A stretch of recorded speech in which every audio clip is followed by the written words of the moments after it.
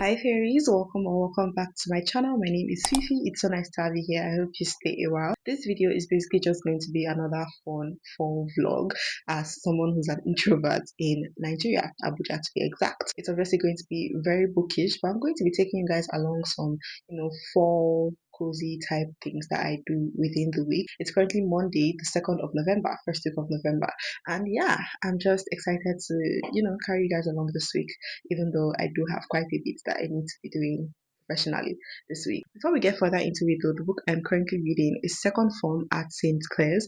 This is the second or third book in the St. Clair series by Enid Blyton. Throughout this year, I've read so many Enid Blyton books. I think I've read about 10 now, I'm not too sure, but I just love her writing so much. It's just so cozy to me, so comfortable. Like anytime I'm feeling sad, anytime I don't really know what to read, but I want to read, and I just need something that would make me feel safe and comfortable and cozy, I just go to her books. I do listen to all of them on audio because the audiobook narrators are so freaking good, and they just like honestly, Enid Blyton audiobooks right now are just like a safe space for me. I can't lie. That's really just how it feels. So yeah, this particular one is following the St. Clair girls during their second form. We just have a couple of preteen and teenage girls in England going through their lives in this boarding school, and I just find this so cute and wholesome and cozy, and they always have like some moral lessons that you can learn as a child. Obviously I'm not a child and they don't really do much for me, but for some reason I just love following the stories. They're actually very like plot packed, even though they are obviously very character based as well. And yeah, I have nothing to really say. This particular one I do think is going to be one of my favorites in the series so far. I think it has so much depth, even as I'm just 30% into it. I'm just connecting to it so much more than the first two books. I think it's feeding me in the way that I need right now, and I'm just having a great time listening to it. I probably will update you and give you my final thoughts when I'm done with it because they're very quick, easy audiobooks, 4 5 hour audiobooks. So yeah, I'll see you guys whenever.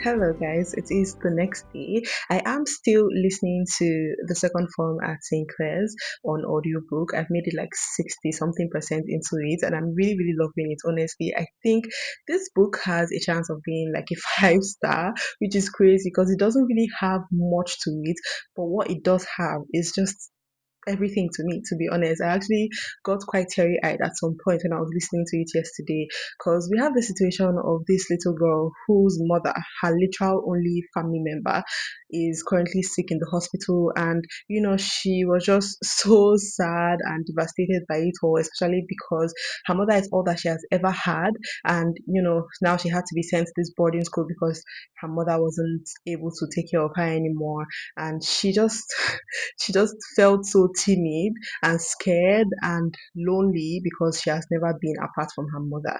So this was just a shock to her somehow. And then we have this other girl who is kind of a spoiled brat. And the way that they come together is just so beautiful and sad and wholesome, and the book in general is just so wholesome and cute.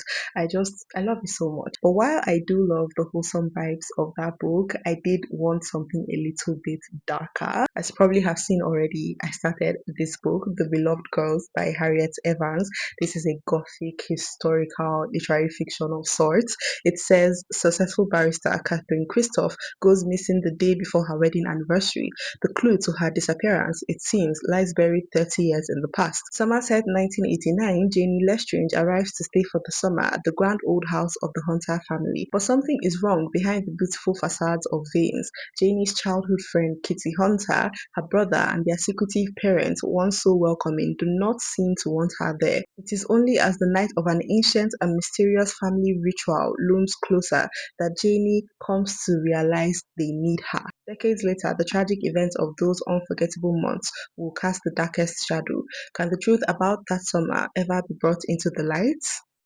We're about to find out. I honestly have really high hopes for this book, which probably is not the best idea, but I just feel like it's going to be so good, so dark and gothic and mysterious, and I'm excited. I've made it only one chapter in, and it's already having that dark, eerie type of vibe. We have our main character, Janie, whose mother has abandoned her and her father, and so she gets invited to spend the summer at this grand house, as the blurb says. And apparently from there, things just go quite haywire. So I'm excited to see what comes of it and where this book goes. And yeah, I just feel this is going to be very cozy, but still dark and still emotional, maybe vindictive, maybe, hard hitting, probably.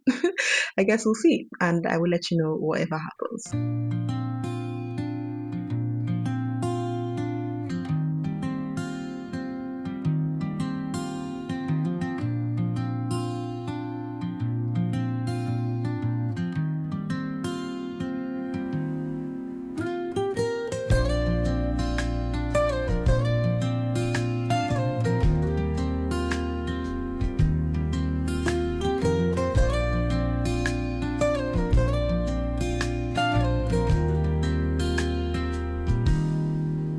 Soft strums of the warm acoustic guitar blend with the gentle sound of the waves crashing against the shore. A serene melody weaves through the breeze, creating a soothing rhythm.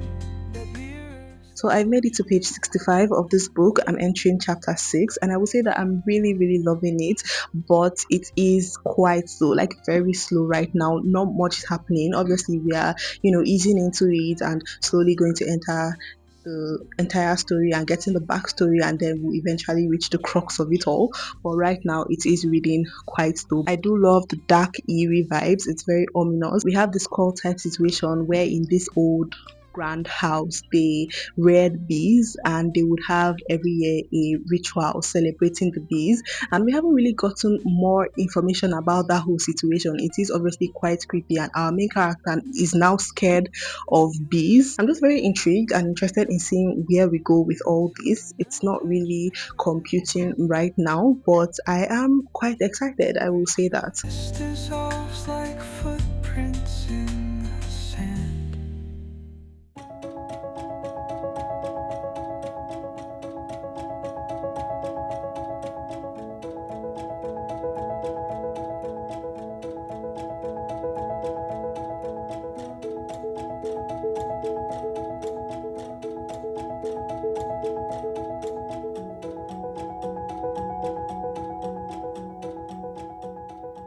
So I got to chapter 8 of this book, page 94, and I don't have any actual updates about this book.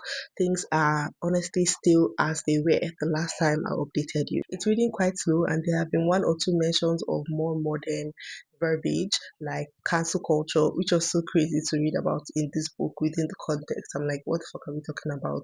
So yeah, I'm not sure how I'm feeling about this right now, but in any case, I did start a different book. I randomly opened my NetGalley app yesterday or day before yesterday, and I saw that I was granted the audiobook arc for a book that I have seen quite a lot of this past few weeks. People that received the arc of this book have just been raving about it and giving it high praise, talking about how it's so dark and eerie and just very interesting and intriguing. And I did find the blurb and the premise so interesting, and I was intrigued. So I obviously started it, and I didn't realize I was even granted the arc until the day after it came out, which is, upsetting.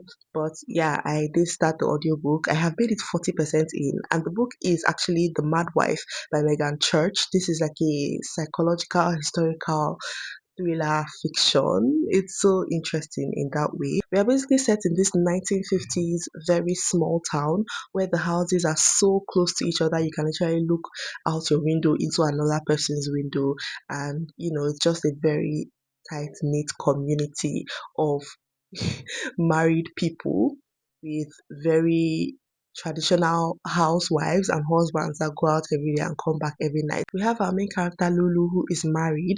She had one child, and in the course of this book she has had another child. She's currently going through, I would say, postpartum depression. Even if they don't necessarily say it, it's very obvious that that's what she's going through. But obviously, because of the time that this is set in, they don't realize that, and there's just so much misogyny that they don't care anyhow. And there's this particular house opposite her that is basically her dream house, and she's constantly dreaming about living there instead of her own house.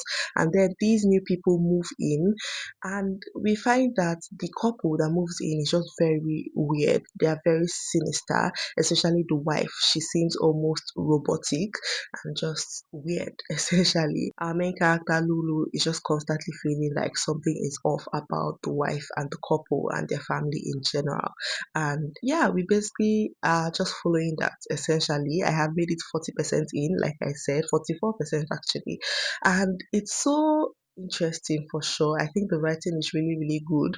It's not flowery, but it's definitely very intentional and scholastic in a weird sort of way. I would say though that it is taking a long time to get to the point. Okay, it's very slow. We are just following these people live their very conservative lives in this suburban town, and obviously we are slowly seeing our main character deteriorate. She is just quite different from the other wives. She doesn't do things the way that they do, and I guess people are starting to worry about her, but she might actually be the only actually sane one here, which is so interesting. I know that it being slow is very intentional. Okay, there is a point to it.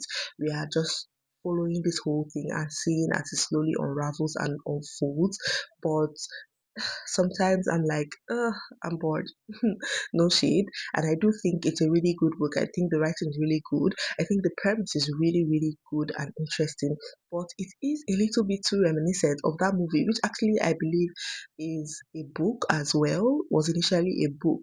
Don't Worry Darling, the one with Harry Styles and Florence Pugh.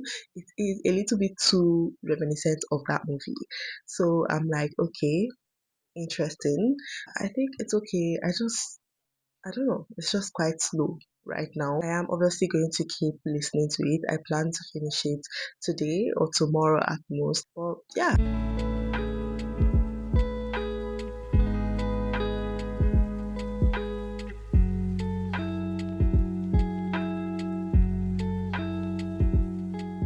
So, because I am quite familiar with similar storylines, I did feel like this book was a little bit too predictable. There was, like, I think one thing that caught me off guard. It wasn't necessarily shocking, but I just wasn't thinking in that direction. So, it was a little bit like, oh, okay. But generally, it was very much predictable.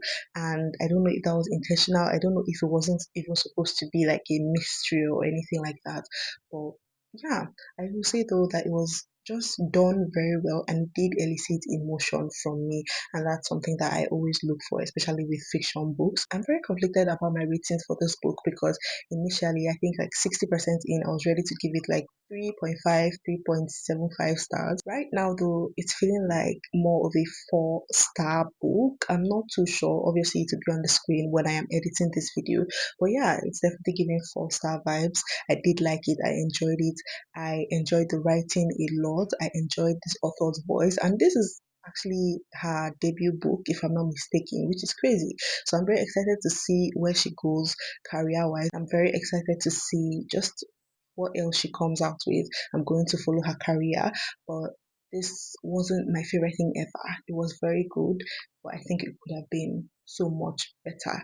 Let me know though if you've read it, what your thoughts are.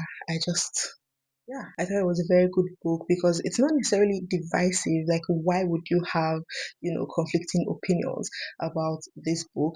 I do think that it's a story that can spark conversation about so many things, like how women used to be treated and how some people would even like women to be treated in this day and age. So, yeah, that said, though, I have made it to part two of this book, page 117, and I don't have any more actual thoughts about this book. I just think it's not my favorite thing right now.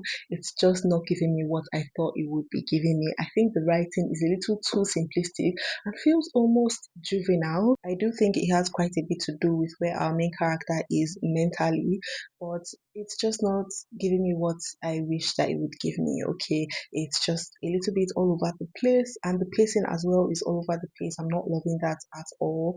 I'm not loving how the story is coming together. It's not giving me dark gothic vibes that I was expecting.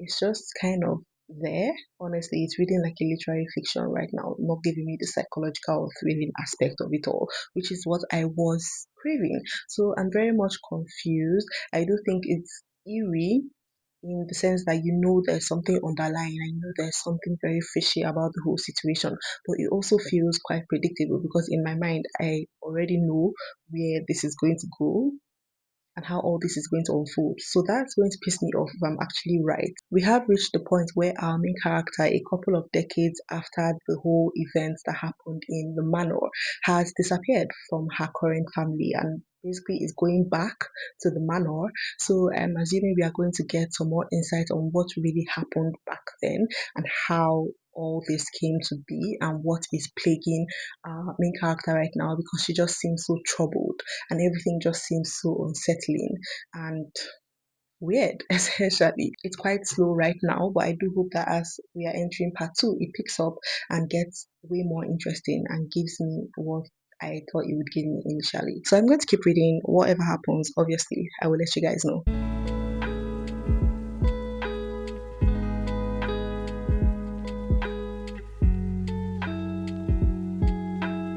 It's really crazy how since I started reading this book, I've had this highlighter with me the entire time.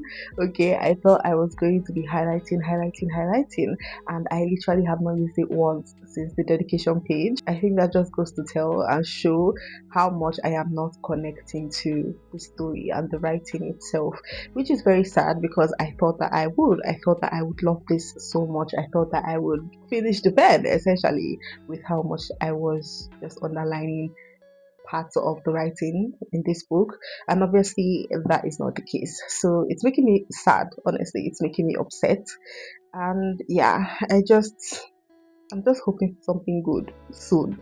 Like, please give me something good, I beg you.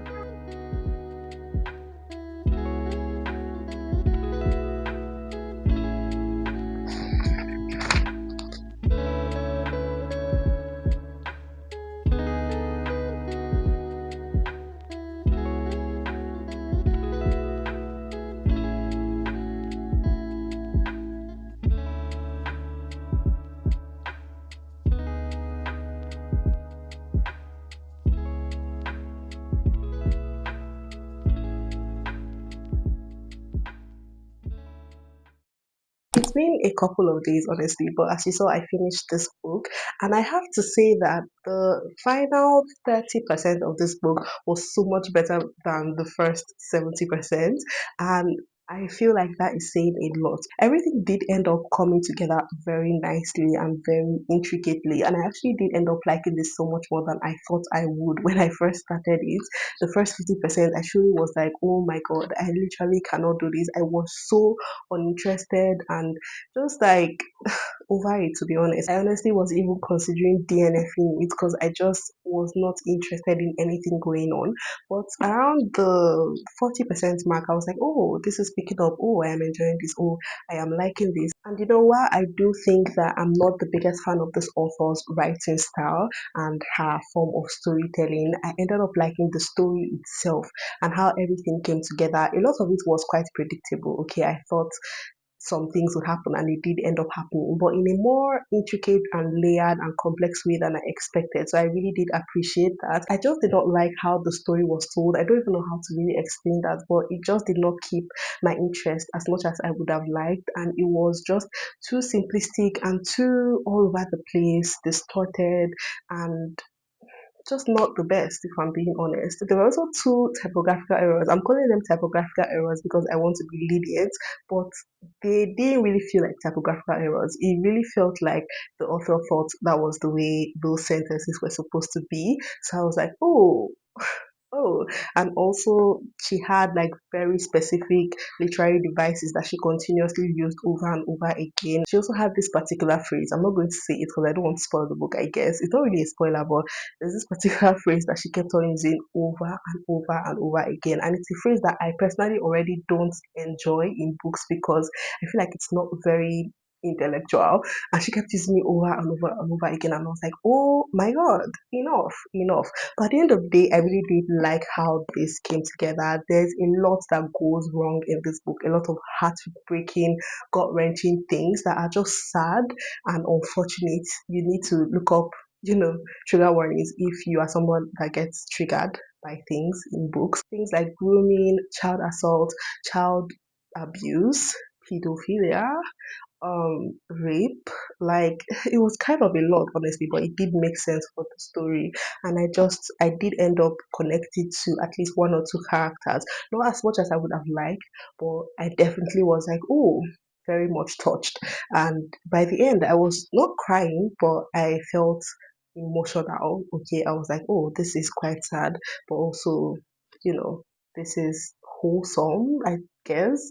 The ending was a bit wholesome, how it came to be, but generally it wasn't my favorite thing ever, and I just expected so much more. So I'm very much torn on where this book ranks for me. I think it's like a 3.75 or a 3.5. I don't know, I guess to be on the screen when I'm editing, because by then I would have thought about it, a little bit more, but it's definitely like a 3.75 or a 3.5, maybe even a 4. I'm not too sure. But yeah, that's this book. Let me know if you've read it. Let me know if you've read any of the books that we read in this video. If you would like to read any of them, just talk to me down below. I love reading and replying comments. It's one of my favorite pastimes. We have come to the end of this video. Okay, so thank you so much for watching. Make sure you like, comment, subscribe, and also follow me on Instagram if you want to be book besties or just besties in general. I would really appreciate that. But for now, I will see you guys in my next video. Bye.